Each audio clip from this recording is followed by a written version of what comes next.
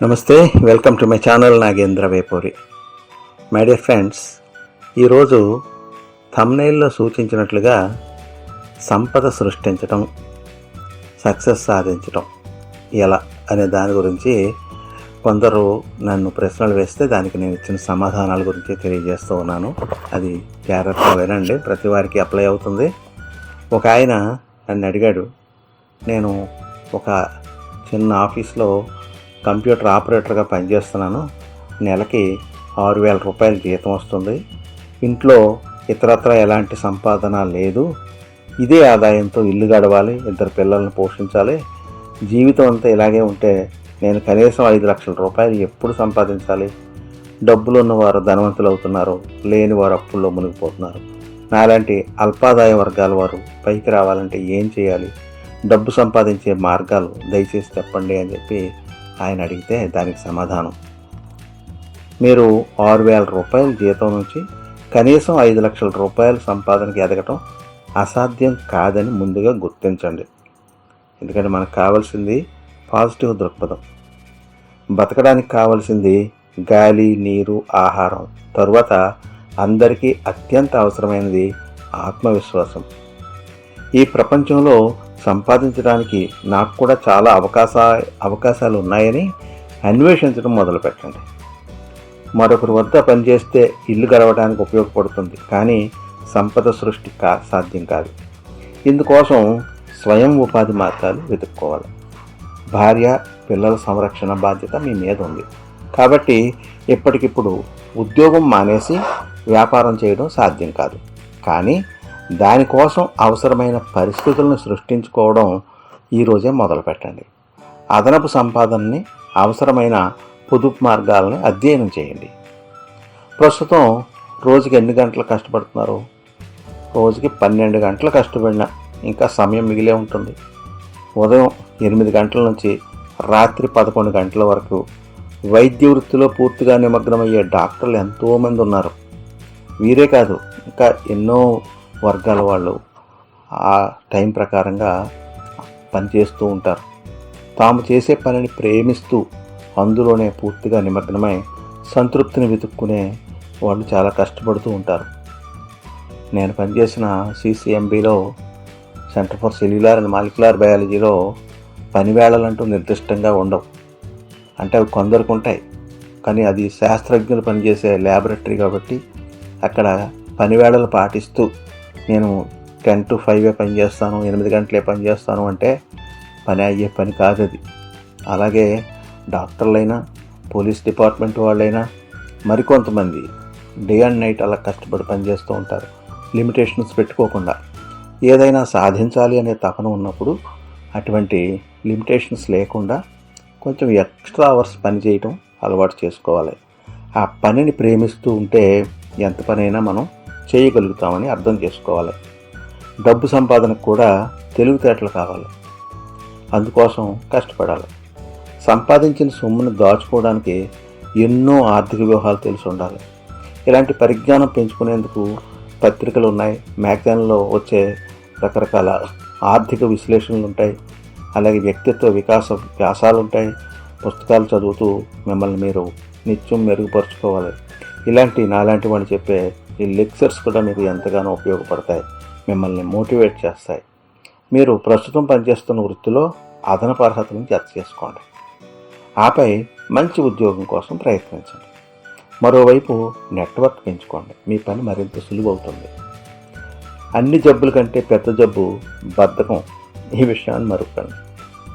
నిమిషాలను సద్వినియోగం చేసుకుంటే గంటలని, రోజుల్ని సద్వినియోగం చేసుకున్నట్లేనని మీరు గ్రహించుకోండి. ప్రతిరోజు కనీసం ఒక కొత్త విషయమైనా తెలుసుకోకపోతే ఆ రోజు వృధా అయినట్లేనని మీకు ఇంతకుముందే తెలిసి ఉండదు. నిత్యం చైతన్య స్ఫూర్తితో మీతో పాటే మీ పరిసరాలను కూడా ఉత్సాహభరితంగా ఉంచండి. ఇంట్లో కుటుంబ సభ్యులతో అర్థవంతంగా, ఆనందంగా జీవించండి. మన తెలుగు సినిమాలు, టీవీల్లో నటులు వీపు చూపి నిలబడి డైలాగులు చెప్తారు కదా. ఆంగ్ల సినిమాల్లో నటులు పని చేసుకుంటూ మాట్లాడుతూ ఉంటారు. వాళ్ళలా మనం కూడా మాట్లాడుతూ పనిచేస్తూ ఉండటం అలవాటు చేసుకోవాలి. సంపాదనలో ఖర్చులకు పోను మిగిలిన సొమ్ముని పొదుపు చేయాలంటే 100కి 90% మంది పొదుపు చేయలేరు. ఎంతో కొంత పొదుపు చేసి మిగిలింది ఖర్చు పెట్టండి. మీరు దాచుకునే ప్రతి రూపాయి కూడా మీ భవిష్యత్ ప్రణాళికలో తొలి అడుగులు అని గుర్తుంచుకోండి. ముందుగా ఒక నెల జీతం రిజర్వ్ మనీగా పెట్టుకోవాలన్న చిన్న లక్ష్యంతో మొదలు పెట్టండి. ఆ తర్వాత మరింత పెద్ద పెద్ద ఆర్థిక లక్ష్యాలను ఏర్పరచుకుని క్రమంగా సాధించేందుకు కృషి చేయండి. కర్రల మూటను విరగదీయాలంటే ఒక్కో కర్రని విడిగా తీసుకుని విరిస్తేనే విరుగుతాయి అవి. అంతే, అది మీరు చిన్నప్పుడే పాఠశాలలో చదివి ఉంటారు కదా. ఎంత పెద్ద సమస్య అయినా, ఎంత పెద్ద లక్ష్యమైనా దానిని చిన్న చిన్న భాగాలుగా విభజించుకుని చేసుకుంటూ ఉంటేనే మనకి ఆ సమస్య పరిష్కారం అవుతుంది, లేదా ఆ లక్ష్యాన్ని మనం సాధించగలుగుతాం. ఇప్పుడు మనం 10 మెట్లు ఉన్న పైకి అంతస్తుకి వెళ్ళాలంటే 10 మెట్లను ఒకసారి వెళ్ళలేం కదా. ఒక్కో మెట్టు ఎక్కుతూ వెళ్తాం. అలాగే ఎంత గొప్ప వాళ్ళ జీవిత చరిత్ర చూసినా కూడా వాళ్ళంతా క్రమక్రమంగా ఎదిగిన వాళ్ళే. ఆ విషయం ఇప్పుడు మర్చిపోకండి. పిల్లలు పసివాళ్ళుగా ఉన్నప్పుడు ఇల్లాలకి సమయం దొరకపోవచ్చు, కానీ పిల్లల్ని పాఠశాలకు పంపించాక మీ భార్య కూడా అదనపు ఆదాయానికి ప్రయత్నిస్తే ఆమె సమయం కూడా సద్వినియోగం అవుతుంది. అలాగే గృహిణులకు కూడా ఆత్మవిశ్వాసం పెరుగుతుంది. మీరు కూడా ఇంట్లో కంప్యూటర్ పెట్టుకొని బయట నుంచి వచ్చే జాబ్ వర్క్ చేయొచ్చు. మీరు కంప్యూటర్ ఆపరేటర్ అన్నారు కదా, సో ఆఫీస్ పనితో పాటు మీ ఇంట్లో కంప్యూటర్ ఉన్నప్పుడు ఎక్స్ట్రా పని మీరు బయట వాళ్ళ జాబ్ వర్క్స్ కూడా చేయగలుగుతారు. అలాగే ఇంట్లో వాళ్ళకి నేర్పిస్తే మీరు లేని సమయంలో వారు కూడా ఆ కంప్యూటర్ వినియోగించుకొని పని చేయగలుగుతారు. అలాగా తొలి ₹1,00,000 కోసమే మీరు కష్టపడాలి. ఆ లక్ష మరో లక్షగా మారాలంటే మీరు భౌతికంగా కష్టపడే బదులు తెలివిగా పెట్టుబడి పెట్టండి. అవసరమైతే ఓ రోజు సెలవు పెట్టి మీకు నమ్మకమైన ఒక ఫైనాన్షియల్ ఎక్స్పర్ట్ని కన్సల్ట్ చేయండి. సంపద సృష్టికి అడ్డదారులంటూ ఏమీ లేవు. అందులో మీ శక్తియుక్తుల్ని ప్రతి క్షణం వినియోగించుకోండి. ఇతరులు మీకు సూచనలు మాత్రమే ఇవ్వగలుగుతారు, కానీ మీకు ఏ దారి సరైందో మీరే గుర్తుంచుకోవాలి. మీరు మాత్రమే మీ దారిని ఏర్పాటు చేసుకోవాలి. మీ కోర్ కాంపిటెన్సీని గుర్తించి కృషి చేస్తే లక్ష్యం చేరువవుతుంది. వైద్య ఖర్చును తగ్గించుకోవడం కూడా సంపద సృష్టిలో భాగమే. కాబట్టి మంచి ఆహారపు అలవాట్లు, వ్యాయామం చేయడం, ఇలాంటివన్నీ కూడా మీరు పాటించండి. అప్పుడు మీకు మెల్లగా సంపద వృద్ధి చెందుతూ వస్తుంది. ఓకే, ఇలాగా మరొక ఆయన ఇంకొక ప్రశ్న వేశాడు. ఆయన ఏంటంటే, మా నాన్నలాగా నేను ఎలా సంపద సృష్టించగలనండి అన్నాడు. అంటే వాళ్ళ నాన్న 5వ తరగతి వరకే చదివాడట, కానీ 5 ఎకరాల పొలాన్ని 25 ఎకరాలకు పెంచాడట. ఆయన అంటాడు, నాకు నెలకు ₹40,000 జీతం వస్తుంది. మా నాన్నకి ఇప్పట్లాగే మంచి సమాచారం అందించే పత్రికలు కానీ, టీవీలు కానీ, ఇంటర్నెట్లు కానీ ఏవి అందుబాటులో లేవు. అయినా ఆస్తి పెంచారు. అత్యుత్తమ సమాచారం లభిస్తున్న ప్రస్తుత పరిస్థితుల్లో నాలాంటి వాళ్ళు బాగా సంపాదిస్తూ నాన్నలాగా సంపదను సృష్టించాలంటే ఏం చేయాలండి అని అడిగితే దానికి ఇచ్చిన సమాధానం, గొప్పగా విజయాలు సాధించాలంటే పెద్ద పెద్ద పనులు ఏం చేయక్కర్లేదు. మనం చేసే ప్రతి చిన్న పని కూడా అంకిత భావంతో ప్రేమగా చేస్తే సరిపోతుంది. విజయం బోనస్గా మిగులుతుంది. గుండె జబ్బులు, మధుమేహం లాంటి పెద్ద జబ్బులు రాకుండా ఉండాలంటే రోజు పొద్దున్నే లేచి 1 గంట నడక, యోగా వంటి సులువైన చిన్న పనులు చేయడానికి మనకు పెద్ద తెలివితేటలు అక్కర్లేదు కదా. అలాగే ఆదాయం కంటే ఖర్చును తక్కువగా చేసి సంపాదనని సంపదగా మార్చుకోవడానికి పెద్దగా చదువులు అవసరం లేదు కదా. ఇలాగా తార్కికంగా ఆలోచించే మెదడు చాలు. కొత్త చుట్టుకొలత 4 అంగుళాలు తగ్గించడానికి కూడా విఫలమయ్యేవాడికి ప్రతి చిన్న పని ఓ ఘనకార్యంలాగా కనిపిస్తుంది. ఐన్స్టీన్ చెప్పినా మరి ఎవరు చెప్పినా కూడా మన శక్తియుక్తుల్లో కేవలం 10వ వంతు కన్నా విజేతలుగా కీర్తించబడతాం. మన శక్తియుక్తుల్లో కేవలం 10వ వంతు వినియోగించుకున్న విజేతలుగా కీర్తించబడతామని గుర్తుపెట్టుకోండి.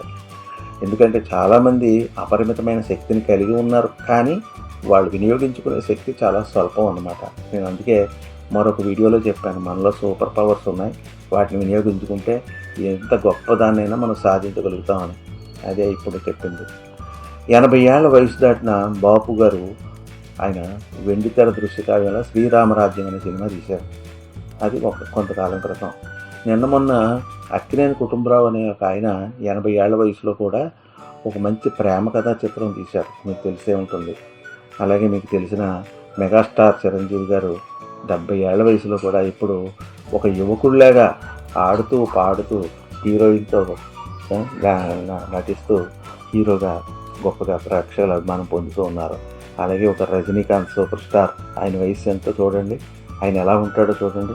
అయినా కూడా ఒక హీరోల నవయవ్వనంలో ఉన్న కుర్రాళ్ళ చాలా అద్భుతంగా, చాలా శక్తివంతంగా ఆయన ఫైట్ చేస్తూ యాక్ట్ చేస్తూ ప్రజాభిమానాన్ని అలాగే పొందుతూ ఉన్నాడు. అలాగా ఆ వయసులో మన వయసు ఇంకా చాలా తక్కువ కదా, వాళ్ళతో పోలిస్తే సగం వయసు కూడా ఉండదు మనకి. అందుకని మనం సమయాన్ని సద్వినియోగం చేసుకోవాలి. ఊరికే టీవీ ముందు కూర్చొని ఈ పనికిరాని వినోద కార్యక్రమాలకి టైం వేస్ట్ చేయకండి. దానివల్ల ఏం ఉపయోగం అది ఆలోచించుకోండి. అలాగే సోషల్ మీడియాలో వస్తున్న అడ్డమైన వీడియోల్ని, అడ్డమైన మెసేజ్ల్ని చూస్తూ వాటికి సమాధానాలు ఇస్తూ ఎంత టైం మీరు వేస్ట్ చేసుకుంటున్నారో గమనించుకోండి. ఇది చాలా ముఖ్యమైన విషయం. ఈ రోజుల్లో అత్యంత బాధాకరమైన విషయం ఏంటంటే, ఎంతోమంది యువజనులంతా తమకి అత్యంత శక్తివంతమైన కాలాన్ని ఈ సోషల్ మీడియా ప్రభావం వల్ల కోల్పోతున్నారు. దాని మీద వ్యర్థం చేస్తున్నారు అన్నమాట.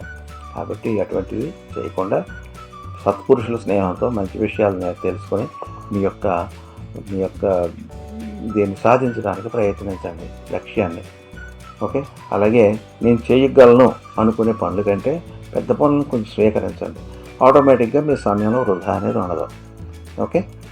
అలాగే అంటే మీరు ఒక లక్ష్యాన్ని ఏర్పరచుకుని దానికోసం కృషి చేస్తూ పోతే మీకు సమయం వృధా అవ్వదు. ఏ లక్ష్యం లేనివాడే సమయాన్ని వృధా చేస్తూ ఉంటాడు.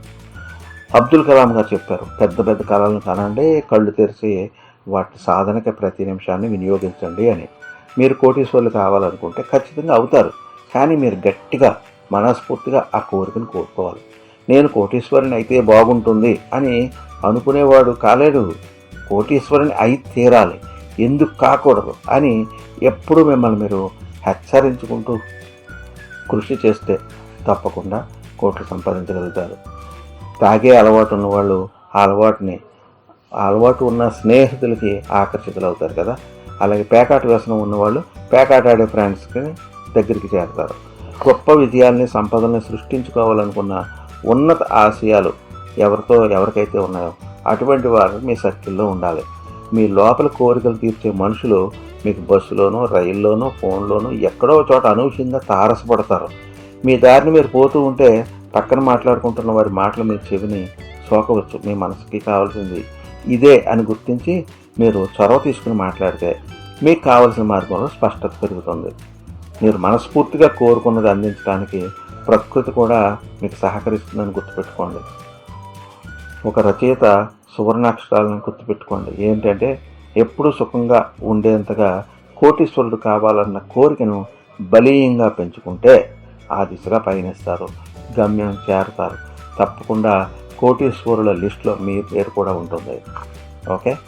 ఇది మరికొన్ని ముఖ్యమైన ఆర్థిక సూత్రాల గురించి తర్వాత వచ్చే వీడియోలో చెప్తాను. ఇది మీకు నచ్చినట్లయితే లైక్ చేయండి, కామెంట్ చేయండి, అలాగే మీ ఫ్రెండ్స్కి కూడా షేర్ చేయండి. ఇంతవరకు మీరు నా ఛానల్కి సబ్స్క్రైబ్ చేసుకుని ఉండకపోతే వెంటనే సబ్స్క్రైబ్ చేసుకోండి. ఇటువంటి మరిన్ని ఆసక్తికర అంశాల మీద నా యొక్క ప్రసంగాలు ఉంటాయి. ధన్యవాదాలతో మీ నాగేంద్ర వేపూరి.